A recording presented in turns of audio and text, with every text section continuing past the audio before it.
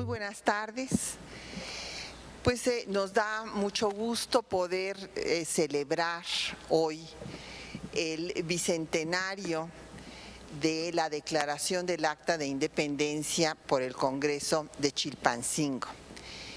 Como pues quienes nos han acompañado en otros foros anteriores, hicimos también todo un recorrido por los textos que precedieron a la apertura del Congreso de Chilpancingo, pero me gustaría recordar brevemente que toda esta idea, todo este proyecto surge con Miguel Hidalgo, desde que el 15 de noviembre de 1810, él justamente llama a que se debe de conformar un congreso con representantes de todas las villas y lugares para dictar leyes suaves que moderen la opulencia, que destierren la pobreza. Y bueno, todas estas ideas, desde luego, Hidalgo no las pudo concretar, puesto que acabó su vida antes que pudiera hacerlo. Y su discípulo, Morelos, con una gran estrategia militar, logra tener el dominio sobre una importante zona de la Nueva España, y él sí puede convocar a este congreso que había planteado su maestro, y además en la convocatoria, en el reglamento del Congreso, establece en el artículo 17 que este Congreso hará la declaratoria formal de independencia. Quiero hacer hincapié en esto porque a veces con alguna visión pseudo revisionista, neoconservadora, se nos habla de un Hidalgo que carecía de proyecto, que en fin era un hombre irresponsable, etcétera, etcétera, que había la visión de Lucas Alamán, que había lanzado al país al caos. Bueno, no se hablaba del país en ese momento, pero bueno, al país al caos. Entonces es interesante ver cómo sí había un proyecto político, un proyecto económico, un proyecto social muy claro en Hidalgo, que además es el intelectual del grupo, y que Morelos va a retomar ese proyecto y lo va a poder llevar a la práctica, y se va a hacer esta acta de declaración formal. Esto no quiere decir, y por eso en los diversos documentos que les pusimos aquí en la exposición, ustedes pueden ver cómo surge la idea de independencia, sus antecedentes en lo que Roberto Moreno de los Arcos llamaría la última Nueva España, y cómo Hidalgo en sus documentos, desde la primera carta que le escribe a Riaño pidiéndole la rendición de Guanajuato, hasta este documento que menciono que responde al edicto de excomunión de la Inquisición, en donde menciona el Congreso, había habido esta idea de independencia y de constituir una nueva nación y recuperar los derechos que le habían usurpado, como dice el acta y como dice el manifiesto correspondiente, crueles conquistadores que habían conculcado los derechos que tenían los americanos. Entonces tenemos el gran gusto de que nos acompañen para hablar de este tema en esta importante fecha los doctores Cristina Gómez y José Gamas Torruco. Vamos otra vez a conjuntar, y esto lo estaremos haciendo más aún el año entrante, ya que esta institución tiene la Secretaría Técnica del Centenario de la Constitución que nos rige, y entonces vamos a irnos adentrando, desde luego desde la perspectiva histórica, pero también en el desarrollo de la historia constitucional de México. Entonces, primero vamos a ver la perspectiva histórica y después la perspectiva constitucional. Entonces, quisiera decir brevemente que nos da mucho gusto recibir a la doctora Cristina Gómez. Ella se formó originalmente en la Universidad Autónoma Metropolitana, en la unidad Iztapalapa, hizo su doctorado en la Universidad Nacional Autónoma de México, es miembro del Sistema Nacional de Investigadores, profesora titular C de la Facultad de Filosofía y Letras, donde justamente imparte la cátedra sobre la Guerra de Independencia. Actualmente es la directora del Museo Nacional de Historia del Castillo de Chapultepec. Tenemos a dos directores de dos importantes instituciones museográficas de nuestro país. Y entre sus obras, algunas de las más recientes, quisiera yo mencionar El Alto Clero Poblano y la Revolución de Independencia, 1808-1821, y su más reciente publicación, Navegar con libros, el comercio de libros entre España y la Nueva España, una visión cultural de la independencia, 1750-1820. Entonces escuchamos a la doctora Cristina Gómez. Bienvenida. Muchas gracias. En primer lugar, quiero agradecer enormemente la invitación de la doctora Galeana para participar en este momento con ustedes y también decir que para mí es un gran placer estar en esta mesa, además de la doctora Galeana, compartirla con el maestro Gamas, que aparte de ser un estudioso, me parece que la mesa es muy interesante porque, por lo que decía la doctora Galeana, porque estos temas siempre es muy importante un diálogo entre el historiador y el historiador del derecho constitucional, porque me parece que se complementan las visiones distintas, de dos disciplinas distintas, para comprender más cabalmente un mismo hecho histórico. Bien, yo quisiera aquí iniciar esta plática con una interrogación, con un interrogante. ¿Por qué, como decía la doctora Galeana, cuando se realiza el Congreso, el primer Congreso mexicano en Chilpancingo, en 1813, se hace de la Declaración Solemne de la Independencia? ¿Por qué la insurgencia se tardó 3 años en hacer esta declaración? Esta pregunta es muy importante porque para algunos compañeros historiadores la lucha por la independencia mexicana nació en 1813, cuando se realiza el Congreso de Chilpancingo y se proclama esta Declaración de Independencia. Para estos historiadores, aquí inicia la lucha por la independencia mexicana. Y entonces yo me pregunto, ¿y antes Hidalgo por qué murió? Hidalgo y todos los demás, no solamente Hidalgo. Entonces la lucha por la independencia no nació, no se inició el 16 de septiembre de 1810.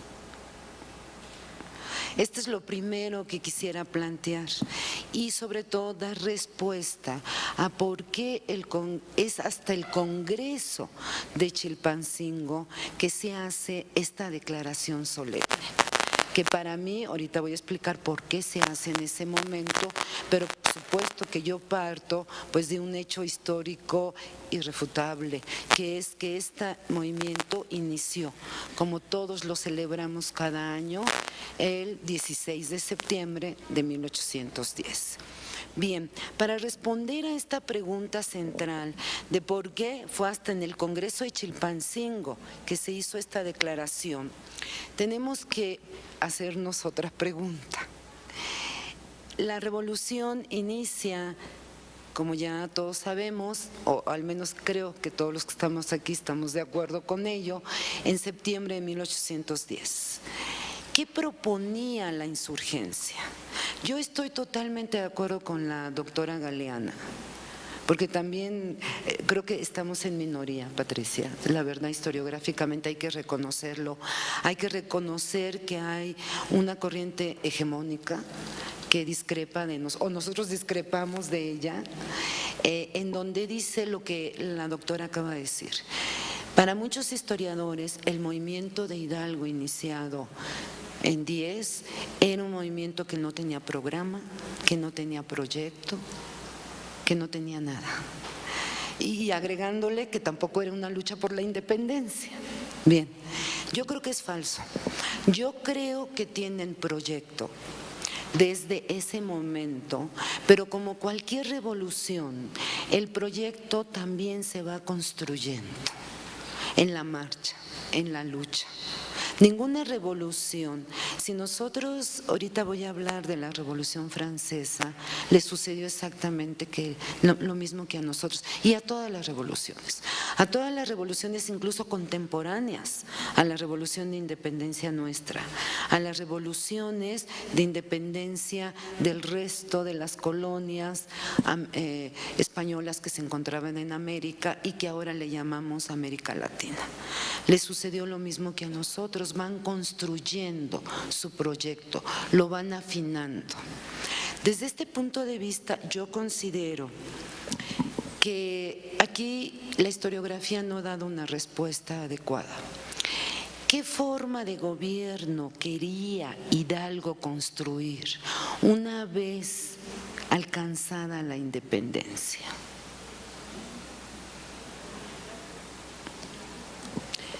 Para los compañeros que dicen que Hidalgo no luchaba por la independencia, el argumento principal es que durante estos años se mencionaba la figura del rey Fernando VII.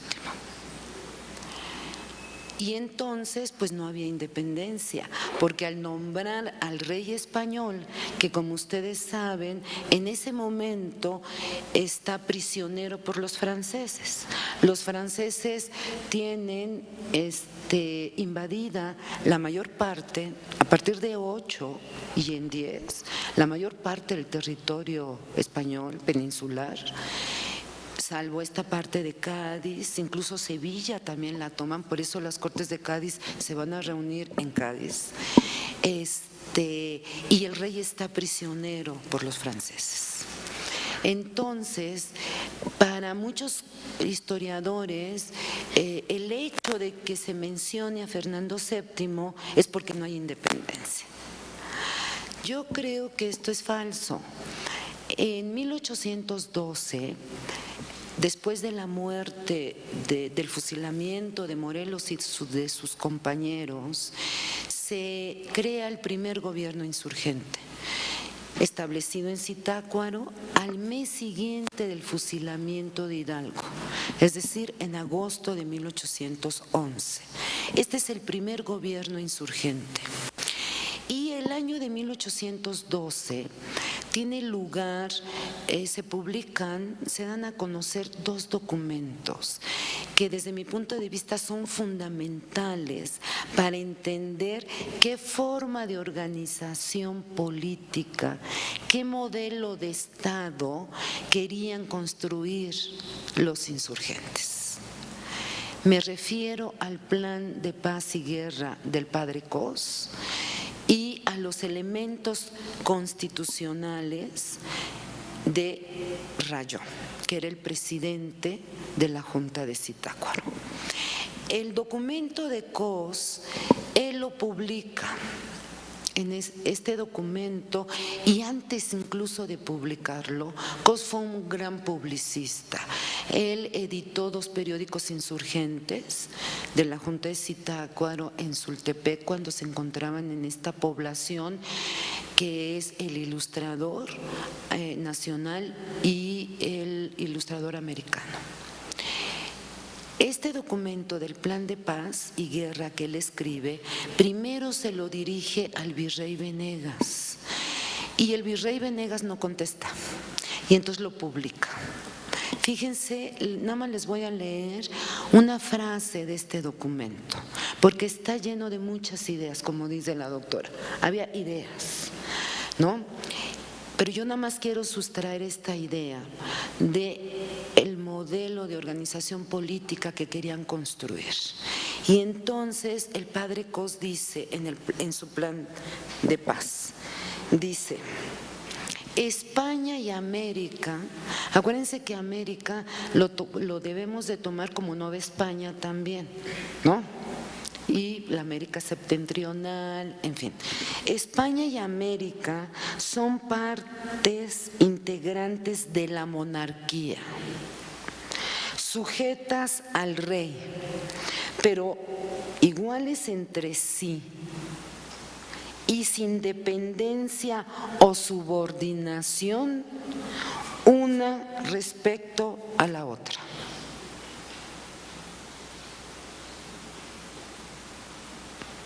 Es una frase muy cortita, pero desde mi punto de vista, los historiadores no la hemos sabido leer correctamente. No, está muy claro. España y América son partes, como lo dice aquí, integrantes de la monarquía, sujetas al rey, pero iguales entre sí y sin dependencia una con respecto a la otra. O sea, son independientes las dos monarquías. En los elementos constitucionales de Rayón es el primer documento que la insurgencia escribe y que es el primer intento por hacer un estatuto jurídico y político del nuevo Estado mexicano. Es una constitución, son elementos constitucionales porque él pensó era para someterla a la discusión de los insurgentes, sobre todo de Morelos, que era en 1812 el otro gran jefe de la insurgencia. Este no se publica por esa razón. Y entonces, en estos elementos constitucionales, que también creo que no lo hemos sabido leer, interrogar correctamente los historiadores, el primer artículo dice que la América, o sea, la Nueva España, es libre e independiente y soberana. Pues ahí está la independencia. El artículo 5 establece la división de poderes. El Congreso, que como dice la doctora Galeana, es una idea de Hidalgo, del manifiesto que le responde a la Inquisición, publicado en enero de 11. Ahí ya propone la idea del Congreso. Y está la división de poderes en los elementos constitucionales, en su artículo 5. Y el poder ejecutivo lo tiene Fernando VII. En conclusión, estos dos documentos, claro, en una conferencia pues no quiero leérselos porque es más aburrido, por escrito pues se siguen mejor. Lo que está proponiendo como modelo de organización del Estado, del futuro Estado independiente, es el modelo de monarquía constitucional. Es decir, por eso esa monarquía, el poder ejecutivo, como cualquier monarquía, lo iba a tener el rey. Y ese era el rey Borbón, el rey que estaba prisionero de los franceses. España, con las Cortes de Cádiz, paralelamente hicieron su monarquía constitucional, con Fernando VII a la cabeza. Y los insurgentes, sin copiar nada, porque incluso ellos lo proponen antes, están proponiendo el mismo modelo de monarquía constitucional, con el mismo rey, pero naciones independientes, monárquicas pero independientes. Esto, en mi opinión, bueno, no en mi opinión, en la historia nos demuestra que en la época el modelo de monarquía constitucional era revolucionario. Si ustedes recuerdan brevemente, la Revolución Francesa de 1789, del 14 de julio, inicia justamente con la reunión de los estados generales y el tercer estado, sobre todo, que es el estado del pueblo, de los ayuntamientos, es el que propone la monarquía constitucional. Y el rey tiene que aceptar la monarquía constitucional. Y hay monarquía constitucional en este proceso de la Revolución Francesa, que es una revolución modelo para todas las revoluciones liberales. Esta y finalmente también la de independencia de los Estados Unidos, pero más la francesa. Siempre ha sido el modelo de referencia de las revoluciones modernas, digamos, y liberales. Y este está proponiendo, tiene una constitución que se promulga en 1791, en donde el modelo es monarquía constitucional. ¿Qué sucede con el proceso francés? ¿Se acuerdan de La Noche de Varennes, esta película? Bueno, es que la proyectaron en el cine, pero muy frecuentemente en televisión la siguen pasando. Es precisamente cuando el rey francés huye. Lo detienen los revolucionarios franceses, lo decapitan, ¿se acuerdan? Con toda su familia, con María Antonieta y sus hijos, y en ese momento la Revolución Francesa promulga la República, en ese momento, justamente, y queda atrás el modelo para ellos de monarquía constitucional. En otras palabras, la monarquía constitucional para la época es revolucionaria, desde mi punto de vista. Creo yo que nosotros los historiadores y sobre todo mis maestros, que también fueron pues maestros o colegas de la doctora Galeana, el doctor Lemoine principalmente y el doctor de la Torre, que fueron, dedicaron su vida a rescatar este proceso histórico a través de publicar los documentos, anotarlos, toda esta tarea que a nosotros nos ha facilitado su esfuerzo en nuestras investigaciones. Ellos no podían ver esto porque en los años en que ellos están escribiendo, pensar que el padre de la patria, Miguel Hidalgo, era un monarquista constitucional, era inconcebible. Me parece que había prejuicio, porque nosotros somos muy republicanos, nosotros tenemos una cultura muy republicana y entonces creemos, yo creo que por eso no lo lograron ver, porque por supuesto que ellos sí vieron que había un programa aquí desde el principio y el asunto de la mención de Fernando VII en todos estos documentos, el maestro Lemoine lo escribió, era una muletilla oportunista, dijo él, para no asustar a la población. Creo que también hay parte de eso, pero ir más a fondo es lo que está proponiendo en ese momento la insurgencia. Y creo que la lectura detenida de estos dos documentos de 1812 nos lo expresan y ahí nos podemos fundamentar para argumentar esto. Pero hay otro elemento más. Cuando los elementos constitucionales escritos por Rayón, él se los manda a Morelos, Morelos le contesta, fíjense la fecha, 7 de noviembre de 1812. En ese momento la insurgencia, desde el punto de vista militar, está en auge. Morelos le contesta y le dice lo siguiente: estos documentos, en términos generales, es lo mismo que conferenciamos con Hidalgo. Hay que recordar que ambos se encontraron con Hidalgo simultáneamente en Charindaparapeo, en octubre de 1810.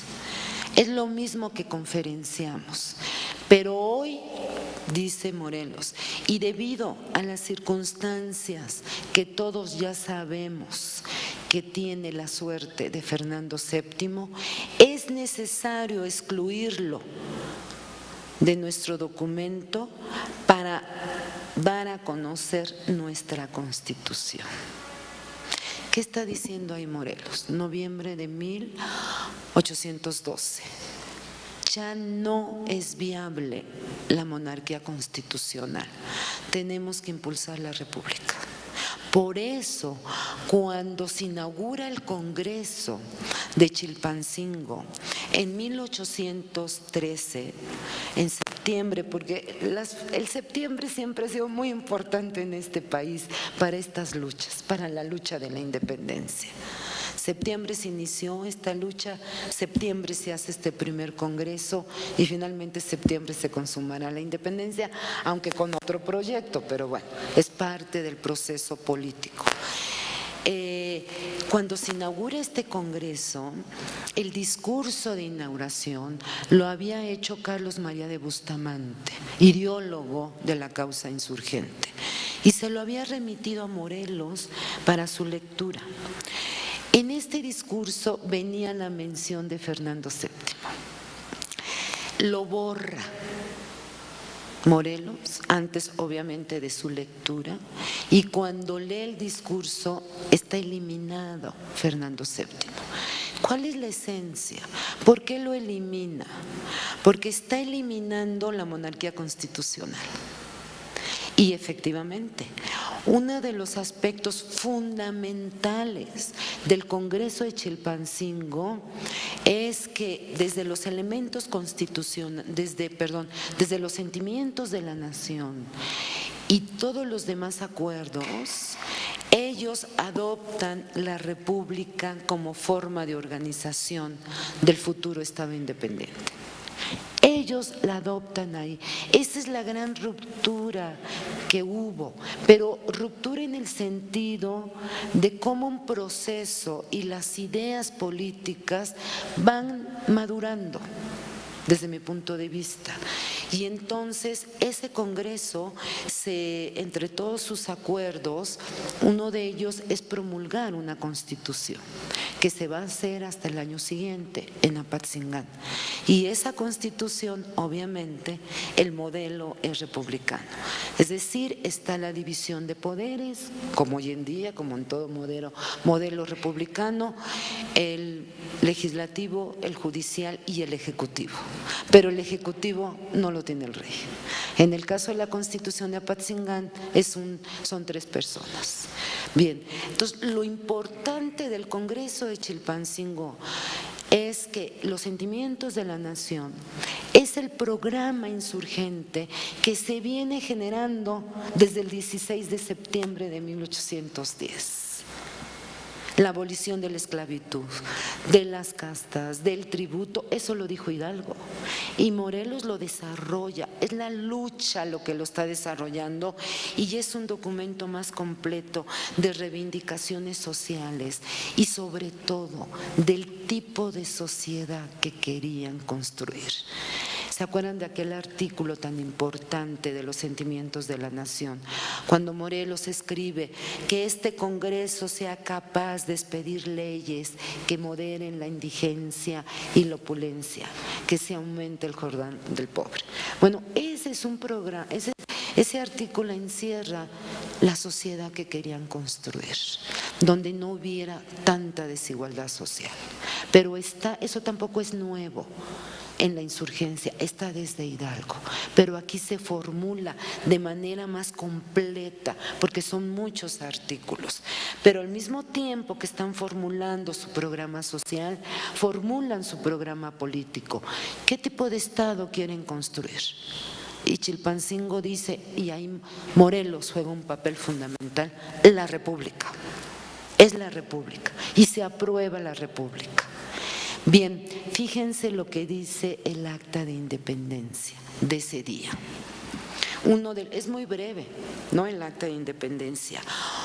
Un fragmento al inicio dice lo que decía la doctora: ha recobrado el ejercicio de su soberanía usurpada la nación mexicana, que aquí le llaman el Congreso de Anáhuac, legítimamente instalado en Chilpancingo, le llaman la América Septentrional.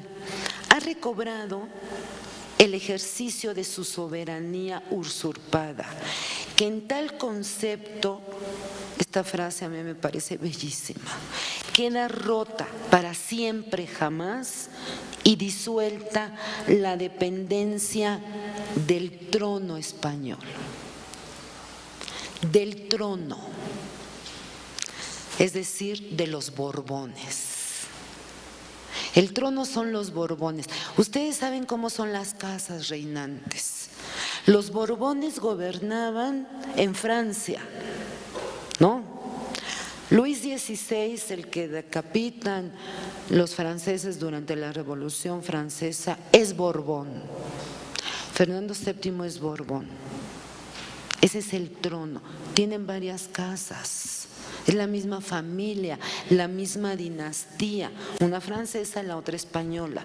¿Qué está diciendo el Acta de Independencia? Queda disuelta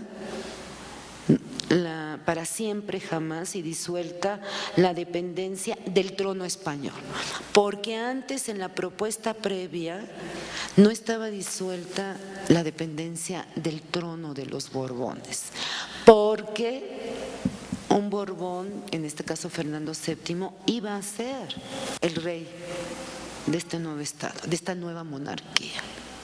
Las palabras, si uno las analiza, no con los lenguajes políticos como hoy se dice, sino así de sencillo, trono español. Pero aquí hay un individuo que discrepa. Y que tampoco los historiadores, y bueno, hay que autocriticarse, yo también me autocritico, le da mucha importancia. Y ese individuo es Ignacio Rayón, el presidente de la Junta de Zitácuaro. Claro que cuando se establece el Congreso, pues ya la Junta se disuelve, pero él es miembro del Congreso.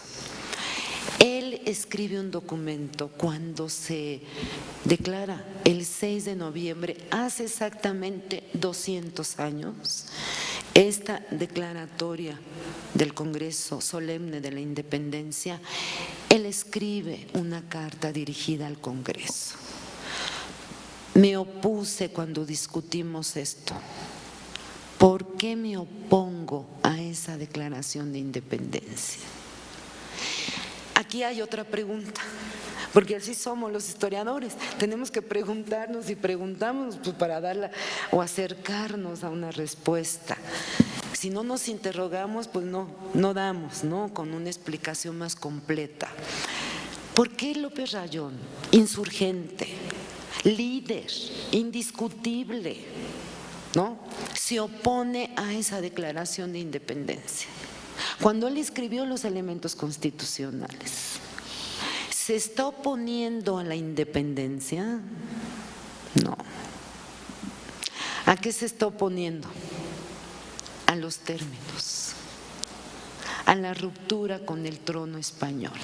Y él lo dice muy bien en esa carta que poco incorporamos y que es necesario. Él dice, les voy a leer nada más un fragmento. Por supuesto que pues todos estos documentos tenemos muchas compilaciones, pues yo siempre utilizo la del maestro Lemoine, ¿no? Está ahí en la compilación del maestro Lemoine. Dice Rayón lo siguiente. Dice, si nos sustraemos de la dominación de Fernando VII,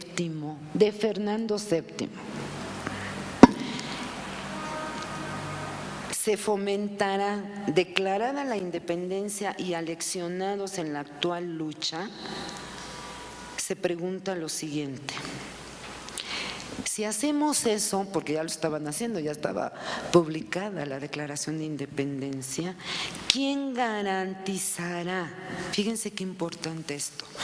¿Quién garantizará la neutralidad de las potencias extrañas, principalmente de la Inglaterra, acreedora de la moribunda España, de una inmensa suma de millones, de que solo puede reintegrarse con la posición del codiciado Reino de México? Se está preguntando Rayón. ¿Será creíble o seguro que nos ofrezca, está hablando de Inglaterra, su alianza? Es decir, yo aquí estoy leyendo, si sacamos a Fernando VII, si nos vamos con la República donde no hay rey y el poder ejecutivo será de 3, ¿cómo fue? Insurgentes. ¿Quién va a garantizar la neutralidad? de esta nueva nación, de este nuevo Estado? ¿Con quién vamos a hacer alianzas? Con un Borbón aquí, con Fernando VII, él puede hacer alianzas. Con la nueva nación mexicana, un rey puede compartir dos monarquías separadas. Eso era el modelo, que después en Inglaterra, por supuesto, se va a desarrollar. ¿Quién nos va a garantizar esa neutralidad que necesitamos de Inglaterra para que no apoye a los españoles? Porque Inglaterra, ustedes saben que financió muchísimo a las Cortes de Cádiz en la lucha contra los franceses, en ese momento de Napoleón Bonaparte. En conclusión, fíjense al final lo que dice para mí muy claramente Rayón. Dice, está ya concluyendo su documento. En 3 y más años, se refiere desde 1810, que el nombre de Fernando VII se ha puesto al frente de nuestras providencias y deliberaciones, se pregunta, ¿qué dominio tiránico ha exagerado sobre nosotros y a qué contribución onerosa ha podido agravar nuestro reconocimiento? Y luego afirma, variarse pues de sistema, sin que intervengan razones y motivos poderosos, es introducir novedades cuyas consecuencias suelen ser muy funestas y ruinosas al Estado. Pregunta, yo hago, variarse pues de sistema, como dice Rayón. ¿Cuál era la variación del sistema? De monarquía constitucional con Fernando VII a república. Esa era la variación del sistema para él. Y esa era la novedad. Él no lo está diciendo. Esto es la novedad de este Congreso, que para mí era la novedad desde 12, desde que Morelos le contestó esa carta. Pero claro, se hizo explícito en el Congreso de Chilpancingo.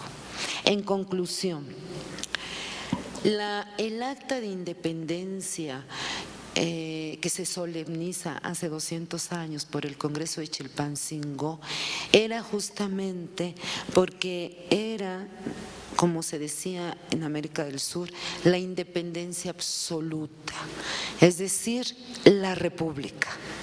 Rompemos con el trono español, por supuesto que ya habían roto la dependencia. Rayón está en contra, porque Rayón está en contra, no de la independencia, eso es obvio, está en contra de la república. Por eso le molestó esta declaratoria de independencia, porque él seguía con la idea de la monarquía constitucional. Y el Congreso, al solemnizar esta acta de independencia, una parte muy importante tiene que ver con el sistema político que es republicano. La otra parte, que ya no me da tiempo aquí de exponerla, pero que va junto, es que justamente esto les permitía obtener el reconocimiento, como lo dice la misma acta de independencia, de las naciones extranjeras. Por eso mandan, el Congreso manda a José Manuel Herrera a Washington para obtener, y esto mismo les daba la posibilidad de obtener alianzas como república, sin el trono español. Conclusión, esta acta no quiere decir que la independencia se inicia en 1813, la lucha por la independencia, como lo dice la historiografía hegemónica, o bueno, una parte de ella. No, desde mi punto de vista quiere decir que lo tuvieron que hacer porque además tenían ya un Congreso, pero porque esa independencia era cuando se declara al mismo tiempo que la República va a ser el modelo de organización del Estado independiente. Si no, no encontramos otra explicación. Entonces tendremos que darle la razón a los que dicen que en 1810 no inició la lucha por la independencia, y eso no puede ser. Nadie da su vida por crear un gobierno que no fuera independiente. Sí dan su vida por crear una monarquía constitucional. Eso era revolucionario en la época. Eso protegía al nuevo Estado mexicano.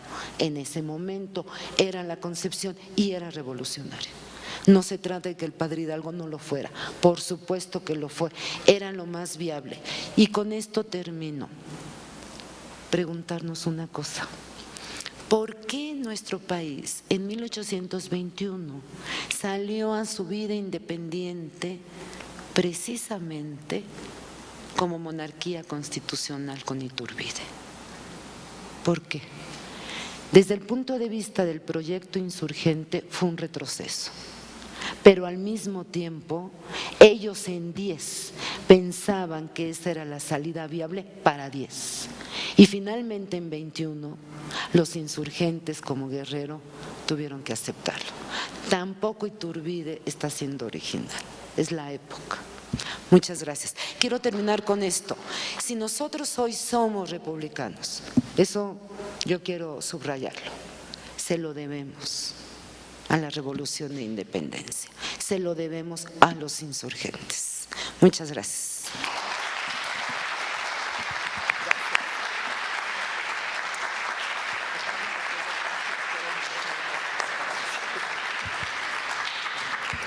Muchísimas gracias a la doctora Cristina Gómez. Yo creo que es importante recordar algunos documentos de Hidalgo, como la carta donde Allende le pide que acepte mencionar a Fernando VII, porque Hidalgo es el primer republicano. Esto creo que es muy importante de destacar, o sea, la dicotomía México, monarquía o república surge desde el inicio de la insurgencia y lo protagonizan Hidalgo y Allende. Allende, en efecto, es el que le insiste, y está el documento, en que acepte a Fernando VII. No tenemos el documento que le escribió Hidalgo, pero tenemos la carta de Allende que prueba que Hidalgo no lo aceptaba, no aceptaba a Fernando VII. Tan no lo aceptaba que es falso que él hubiera gritado viva Fernando VII en el atrio de Dolores, y tan no lo aceptaba que él dio una serie de medidas de un nuevo Estado. Estableció la abolición de la esclavitud, cosa que no hizo ni siquiera Cádiz. Y una cosa muy importante, estableció el primer gobierno insurgente. El primer gobierno insurgente no es la Junta de Zitácuaro. En Guadalajara se establece un gobierno insurgente y lo establece Hidalgo, que no solamente va a designar a 2 secretarios de Estado, sino que va a designar a un embajador, que es Protasio Sánchez de Tagle, que finalmente es aprehendido por los realistas y decide suicidarse y nunca logra salir ni siquiera de la Nueva España, pero que iba a Estados Unidos a buscar una alianza, obviamente como un país independiente. Entonces yo quiero puntualizar esto, que recordemos estos documentos, porque el republicanismo, bueno, por ahí justamente en la obra que publicamos en la UNAM, en el que se llamó 1810, 1910, 2010, en el Instituto de Investigaciones Históricas, justamente pongo todos los documentos donde Hidalgo muestra su idea republicana y deja de mencionar a Fernando VII, y no solamente eso, sino que saca su efigie en un acto simbólico muy importante, saca su efigie de Guadalajara y él se pone como la autoridad máxima a gobernar. No solamente ha legislado, sino que designa un gobierno y manda un embajador. Y otra cosa que creo que es importante recordar, y que es el hecho de que este plan de Cos, en el que habla de las dos reinos que son independientes, lo toma Fray Servando Teresa de Mier en la primera historia de la independencia de México, y él tiene exactamente la misma idea, que eran originalmente dos reinos independientes, que se rompió el pacto entre estos dos reinos y por lo tanto son soberanos, absolutamente independientes. Y desde luego hay esta dicotomía, como muy bien ha comentado la doctora Gómez, la dicotomía de México, monarquía o república, que está representada en una liga que podemos encontrar de Allende a Ignacio López Rayón y después a Iturbide. Y desde luego que es revolucionaria la monarquía constitucional, puesto que se está oponiendo al absolutismo, pero es más revolucionaria la república, ¿verdad? Porque marca que inclusive en el documento del manuscrito Cárdenas, que publicó justamente mi maestro Ernesto Lemoine, ahí él plantea directamente que la monarquía estaba muy bien para las viejas naciones europeas, pero que las nuevas naciones americanas debían ser republicanas.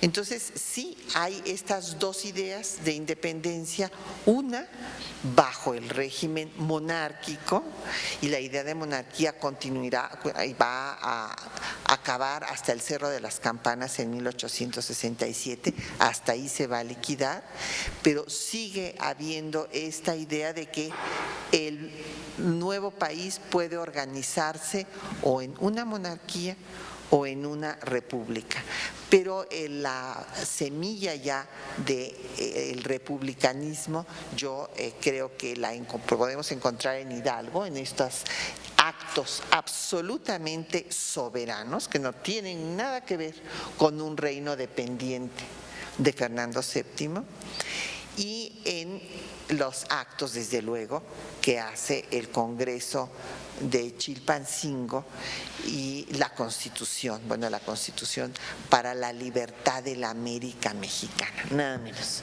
Pero ahora vamos a escuchar la perspectiva del constitucionalista. Entonces, escuchemos al doctor José Gámez Torruco. Yo quisiera decir que él es catedrático de Derecho Constitucional de la Universidad Nacional Autónoma de México, investigador del Instituto de Investigaciones Jurídicas, también de la UNAM, ha sido embajador de México en Australia y en Nueva Zelanda, asesor de las comisiones de puntos constitucionales tanto en Cámara de Diputados como en Cámara de Senadores, actualmente director del Museo de las Constituciones, y entre sus obras podemos recordar pues fundamentalmente su Derecho Constitucional Mexicano, México y la Constitución de Cádiz, o el Federalismo Mexicano, regímenes parlamentarios de gobierno. Escuchamos al doctor José Gámez Torruco. Muchas gracias. Buenas noches. Creo que la perspectiva que yo tengo se acerca mucho a lo que se ha comentado. Puede ser que tengamos alguna diferencia de matiz, pero esencialmente creo que vamos a advertir coincidencias, quizás un poco desordenadamente para poder contestar algo o reforzar algo o contradecir algo de lo expresado. Quizás vaya a hacer mi exposición un poco más desordenada de lo que tenía previsto, pero en primer término, a mí me parece una verdadera exageración eso de decir que la independencia se inicia en 1813. Es decir, eso es… y yo creo que independientemente de las razones que aquí se han explicado, que yo comparto, y que voy dentro de un momento también a exponer mi punto de vista, quiero leerles el punto 23 de los sentimientos de la nación mexicana escritos por Morelos, que para mí los sentimientos constitucionalmente son una iniciativa de constitución. Es decir, son tan completos junto con el reglamento, pero sobre todo los sentimientos, que está ya todo el proyecto que después desarrolla el Congreso. Entonces, digo, para mí esto es un documento importantísimo desde el punto de vista constitucional. Toda ley, y la Constitución no es una excepción, requiere una iniciativa, requiere un proyecto. La Constitución de 1917 contó con el proyecto del primer jefe, con el proyecto del señor Carranza. El Congreso de Anáhuac contó con los sentimientos de la nación y con el reglamento, que son o hacen el papel, para mí, claramente de una iniciativa. Pero vamos al punto 23 de los sentimientos. Dice que igualmente se solemnice el día 16 de septiembre todos los años, como el día aniversario en que se levantó la voz de la independencia y de nuestra santa libertad que comenzó, pues en ese día fue en el que se abrieron los labios de la nación para reclamar sus derechos y empuñó la espada para ser oída, recordando siempre el mérito del grande héroe, el señor don Miguel Hidalgo y su compañero don Ignacio Allende. Es decir, el propio Morelos está reconociendo que la independencia comenzó el 16 de septiembre de 1810. Y esto no tiene cuestionamiento alguno. Yo siento que toda revolución es un proceso, y es un proceso diverso según la revolución. Sí podemos más o menos entablar un cuadro de lo que puede ser la elaboración de una constitución después de una revolución, porque hay coincidencias en cómo se han desarrollado estos procesos revolucionarios al final, cuando se sintetizan ya en una constitución. Pero lo que no tenemos es una guía para las revoluciones. Es decir, en ningún lado hay allí, mire, si quiere hacer una revolución, haga esto y esto y esto y esto y esto. Y que se siga por todos los revolucionarios, y entonces los revolucionarios de cada día, pero qué barbaridad, ya no estamos cumpliendo con el reglamento de las revoluciones. Las revoluciones son las revoluciones y son violentas, desafortunadamente. Desafortunadamente. Y son distintas, pero son procesos. Y yo creo que la doctora Gómez traza un buen ejemplo porque se parece en alguna medida al de México. Perdónenme si hago demasiadas coincidencias, pero creo que si exagero es para exponerles y remarcar un poco mi punto de vista. ¿Qué sucede en Francia? Ella lo dijo. Bueno, pues se inicia en primer lugar con la reunión de una asamblea de los estados generales que iban a discutir asuntos rutinarios, por así decirlo, graves. Viene la transformación del tercer estado en asamblea constituyente, el juramento del juego de pelota, etcétera, y luego el reconocimiento ya de ese cuerpo representativo como una asamblea constituyente. Y esa asamblea constituyente establece una constitución, monarquía limitada, ni más ni menos, monarquía limitada. Y ahí parece que se acabó la revolución. Desafortunadamente no es así, o afortunadamente quizá para la historia de la humanidad, pero es muy difícil hacer este tipo de juicios. ¿Pero qué es lo que ocurre? Pues lo que ocurre es que no funciona ese sistema, por las razones que ustedes quieran, pero no funciona el sistema.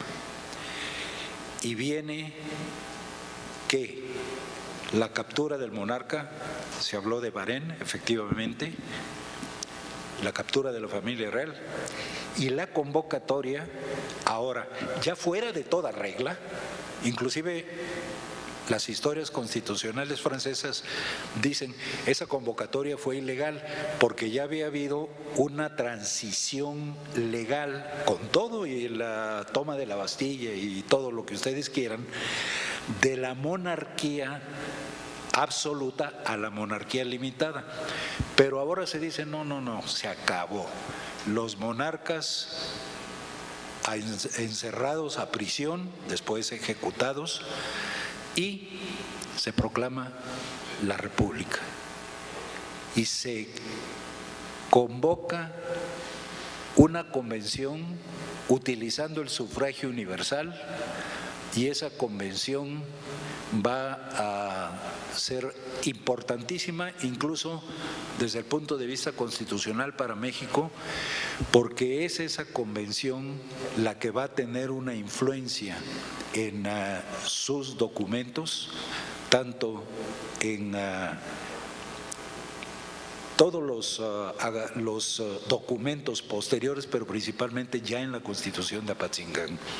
La Constitución de 1793, que nunca estuvo vigente, por cierto, pero la elabora la Convención, no la pone en vigor, viene la época del terror, en fin, pero la Constitución quedó allí y a ella me voy a referir un poco después. Pero es un proceso. ¿Y qué es la Convención? El ultrarrepublicanismo, el régimen de asamblea que lleva al terror, lleva a la democracia desbordada, lleva a las pasiones, lleva a la venganza, a todos los acontecimientos que conocemos bajo el título nada menos de que el terror. Finalmente la muerte de Robespierre, y después ¿qué viene? La reacción del termidor, la reacción termidoriana, y nuevamente un régimen moderado. ¿Y qué viene después? La época de Napoleón Bonaparte. Es decir, es todo un proceso, porque yo también allí probablemente vaya a haber una polémica, pero eso sería entre los historiadores franceses, de si la revolución terminó con Napoleón Bonaparte, porque yo tengo mis dudas. La revolución se propagó en Europa por las tropas de Napoleón Bonaparte. Entonces, ¿hasta dónde termina un proceso revolucionario? ¿Dónde comienza? Pues comienza con un grito de independencia, o comienza con una proclamación exaltada de una asamblea, o puede comenzar con una carta al monarca, como es el caso de los Estados Unidos, con un intento de negociación con el monarca. En fin, no hay un modelo de revolución. Pero sí, definitivamente en el caso de México hay un proceso. Para mí, y es la posición que no solamente mía, sino que entre constitucionalistas ha tenido ya el museo que yo dirijo, es que el derecho constitucional de la independencia efectivamente tiene su primera expresión en los elementos constitucionales de Ignacio López Rayón. ¿Por qué?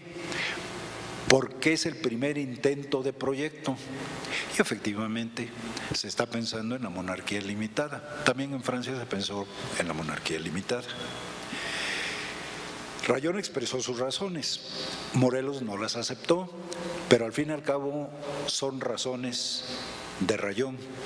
Y eso, el que haya buscado como forma de gobierno la monarquía limitada, hay que verlo en el contexto de la época, donde efectivamente la monarquía limitada ya era un avance y la república era excepcional. Repúblicas existían en los Estados Unidos de América recién independizados y el fracaso, porque no podemos verlo en otra forma, de la República Francesa, de la Primera República Francesa, que termina en 95, pero que básicamente va a ser sustituida por el consulado y después por el Imperio Napoleónico y después por la restauración monárquica y después por la monarquía de Julio, y va a triunfar la República Francesa hasta 1848. Y todavía se va a transformar en otro imperio. Mi pregunta entonces es, ¿dónde terminan las revoluciones? ¿Dónde terminan los cambios? ¿Por qué no vemos, y así lo vemos los constitucionalistas, toda esta evolución como un proceso? Y un proceso es muy difícil encontrar el principio, pero es más difícil encontrar el final.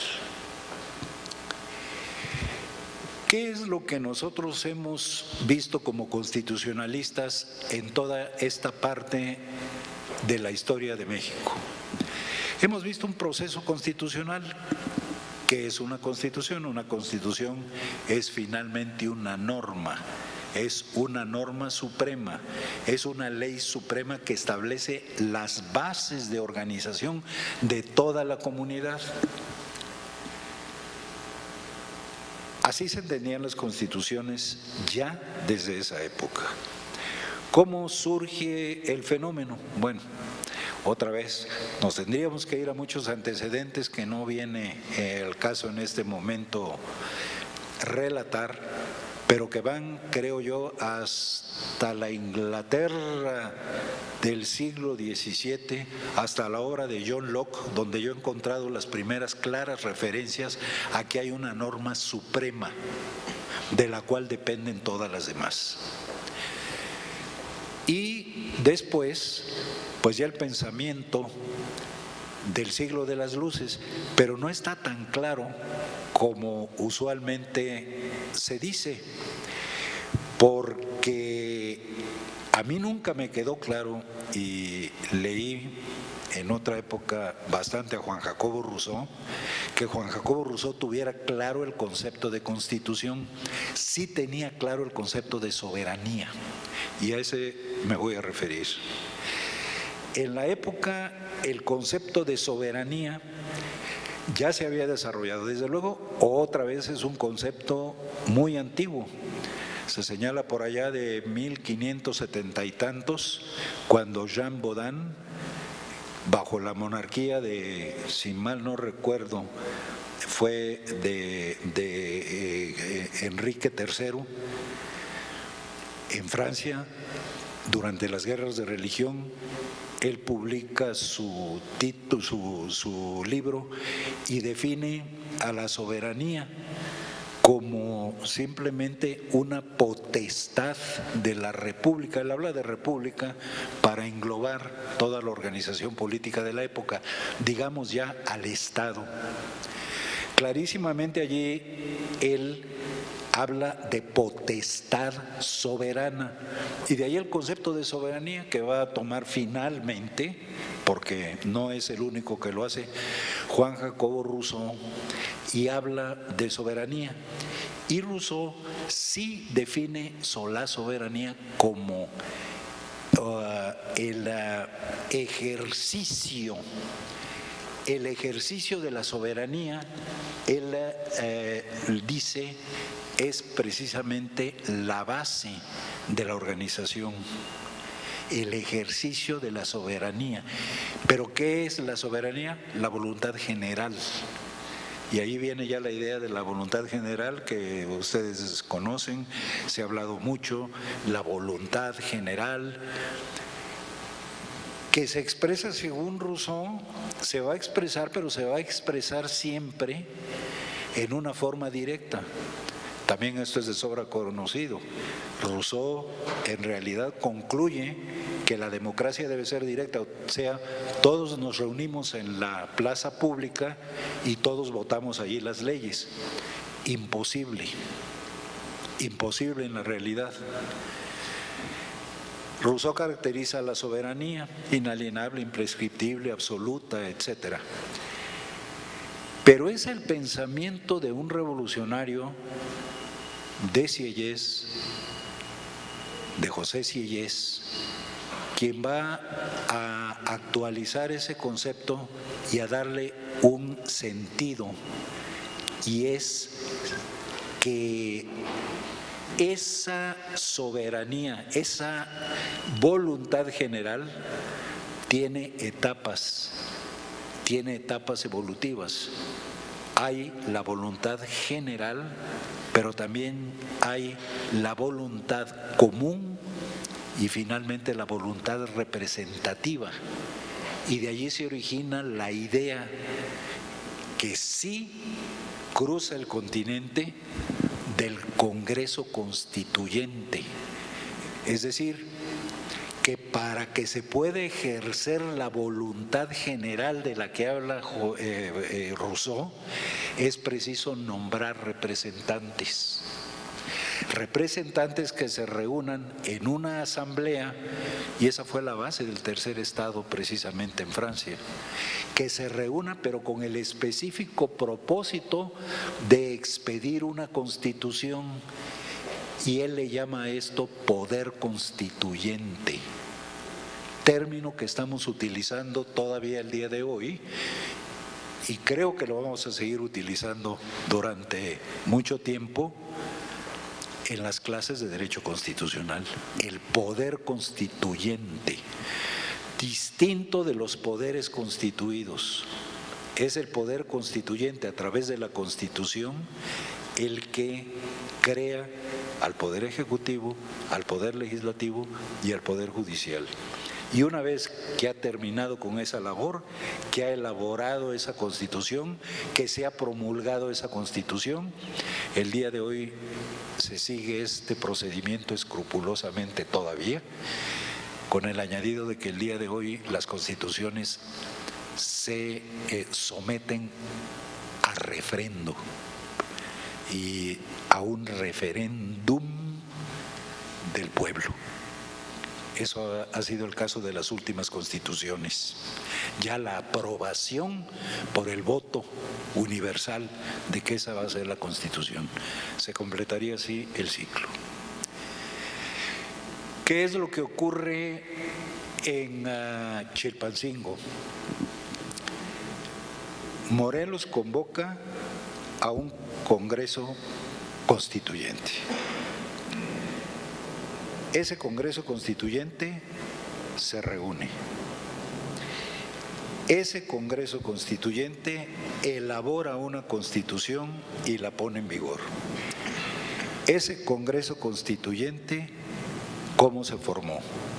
Se formó a base de la votación solamente en aquellos lugares que Morelos controlaba militarmente, Oaxaca y Tecpan, la gran provincia entonces de Tecpan. ¿Qué sucedía con las demás provincias? Morelos nombró diputados, pero nombró diputados con la salvedad de que serían sustituidos mediante la elección en tanto que se fuesen recuperando territorios, y digo recuperando por una razón, venciendo al ejército realista, y entonces en esas entidades se haría la elección para que el cuerpo finalmente fuera totalmente electo, o sea, se cumplieran con los requisitos de los congresos constituyentes que ya habían existido en la época y que eran la Asamblea Constituyente o el Congreso Constituyente de los Estados Unidos de América. Las asambleas francesas y las Cortes de Cádiz. Y después empezaron ya, desde luego, las naciones o las nuevas naciones latinoamericanas a convocar sus congresos, pero simultáneamente, diríamos casi, a lo que ocurre en México. Pero la influencia fundamental es de esos derechos constitucionales y eso es lo que se recibe dentro del Congreso, de Anáhuac, que ha sido convocado por Morelos y que está elaborando la Constitución de Apatzingán, a la cual no me voy a referir mucho porque no es el año entrante vamos a tener bastante oportunidad de platicar sobre ella, pero sí voy a mencionar algunas cosas por una razón. Muy bien. Entonces, se está haciendo ni más ni menos ejercicio de la voluntad general por medio de ese Congreso Constituyente. Y ese Congreso Constituyente es ni más ni menos la primera representación soberana del pueblo mexicano. No estoy para nada demeritando a Hidalgo, pero al fin y al cabo Hidalgo era una persona, un revolucionario. No estoy demeritando a Morelos. Morelos fue un iniciador y un iniciador inmenso, pero este es un cuerpo representativo. El Congreso ya es un cuerpo representativo de la nación mexicana y como tal tiene, según la doctrina de la época que está vigente el día de hoy, todo el derecho de expedir una constitución. Por eso creo yo que ese Congreso Constituyente es la primera manifestación auténtica de la soberanía nacional. Pero voy más lejos, porque estamos hablando del Acta de Independencia. Acta de Independencia, pues eso sí es una novedad, porque en Francia no hubo actas de independencia. Pues no hubo actas de independencia. Francia estaba allí desde el principio y no cambió. España, pues España tampoco. España estaba invadida ciertamente. Los constituyentes de Cádiz, por cierto, con una nutrida, como hemos señalado aquí, participación de diputados novohispanos. ¿Pero qué era lo que buscaba? Bueno, pues establecer la monarquía limitada. La monarquía limitada para el regreso de Fernando VII. Pero España estaba invadida, pero estaba integral. En cambio, en México, el Acta de Independencia aparece, como apareció en los Estados Unidos de América, como una necesidad, porque la soberanía no solamente, como lo demostró la Revolución Francesa y todo el pensamiento francés, la soberanía no es solamente la determinación de la organización interna, sino es también la afirmación de la independencia nacional respecto del resto de las naciones. Y eso sí lo tenía que afirmar México. ¿Por qué? Pues porque México era parte de la corona española y México buscaba ¿qué? Y aquí se ha señalado el reconocimiento de los Estados Unidos de América, y efectivamente López Rayón era muy inclinado a Inglaterra. Aquí mismo señalamos cómo en los elementos constitucionales él incluyó el habeas corpus inglés, que él conocía. Era un abogado destacado, no era cualquier persona. Era un hombre muy preparado en materia jurídica. Entonces, en esas circunstancias, el acta era una necesidad, pero una necesidad de afirmación interna, y eso fue verdaderamente un reconocimiento y una muestra de la inteligencia, del cuidado y de la capacidad del Congreso de Anáhuac.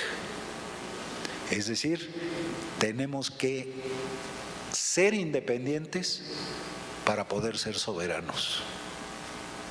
Necesitamos ser una unidad propia, un Estado, como lo fue Francia, como lo era Francia, como lo era España. Necesitamos ese mismo estatus para organizarnos, y de allí el Acta de Independencia. Dos países tenían acta de independencia en ese momento, Estados Unidos de América y México. Diferencia muy importante: Estados Unidos de América funda su acta de independencia en la violación de los derechos tradicionales de los ingleses. Los norteamericanos eran súbditos ingleses, pero padecieron lo que ellos calificaron como una usurpación. Y lo dicen, usurpation, no estoy traduciendo. Nada más que el sentido de usurpación para ellos era que se les había despojado de sus derechos como ingleses. Y en cambio el Acta de Independencia que acaba de leer la doctora hablaba de usurpación, pero de la usurpación de los españoles al llegar a México. Es decir, se había usurpado la soberanía. Se habla de usurpación de la soberanía. Y esa usurpación de la soberanía, si la soberanía es una cualidad de la nación, y lo sabían perfectamente bien, porque estaban preparados en todo este pensamiento de la época, los constituyentes de Chilpancingo, ellos sabían perfectamente bien lo que significaba el término de soberanía, y al hablar de usurpación, ¿qué significaba? Significaba que considerábamos a los españoles como usurpadores, pero usurpadores de la soberanía. O sea, México existía antes de la conquista. Eso es lo que se desprende de esto. México existía antes de la conquista. O sea, los criollos, bueno, pues como mexicanos, nacieron aquí, pero la base de México fue las culturas indígenas que se peleaban entre ellos y lo que fuera, pero independientemente de eso, eran los dueños del territorio y eran quienes tomaban las autodeterminaciones legítimas. Yo así veo, y así se ha expresado aquí también, esta idea que, por cierto, no se ha explorado mucho, el por qué y el cómo se considera eso como base de la nacionalidad mexicana, y yo creo que es muy importante. Entonces, el Congreso, ¿qué es lo que hace? Si se fijan ustedes, el Congreso incluso comienza a utilizar términos indígenas. El Congreso, el Supremo Congreso, primero se convoca como Supremo Congreso, pero después ya se convoca o ya se autodetermina como Congreso de Anáhuac. Anáhuac. Y se habla de la América septentrional en primer lugar, y finalmente la Constitución de Apatzingán habla de la América mexicana. Son las primeras menciones de México para designar no a la capital de la antigua Nueva España, sino a todo este país, a toda esta nación. Simplemente para finalizar y para destacar esta idea de la independencia, no he encontrado en ninguna de las constituciones de la época ni siquiera en lo de los Estados Unidos de América, una afirmación de la independencia respecto al exterior. Y sí la encontré en la Constitución de Apatzingán, y me adelanto un poco a un texto que estamos respetando para tratarlo a fondo el año venidero. El artículo 9 de la Constitución de Apatzingán dice: ninguna nación tiene derecho para impedir a otra el uso libre de su soberanía. El título de conquista no puede legitimar los actos de la fuerza. El pueblo que lo intente debe ser obligado por las armas a respetar el derecho convencional de las naciones. Aquí está clarísimamente la prolongación del Acta de Independencia en la Constitución de Apatzingán. Por eso yo sí destaco, y en eso creo que sí coincidimos en algunas cosas, no diría yo que en todas, eso quedará a juicio de ustedes, pero que estamos en presencia de un documento fundacional. Esa Acta de Independencia, a la que poca importancia se le había venido dando, es un fundamento de la República, y ya creo que las razones que ha expresado, sobre todo finalmente la doctora Galeana, son muy claras. ¿Por qué es república y por qué no es ya monarquía limitada? Que por otra parte, como ella señala, efectivamente tampoco era una forma deleznable de gobierno, simplemente no fue la forma por la que luchó Morelos, lo que la independencia buscó y que finalmente se logró, aunque se logró hasta 1824. Muchas gracias.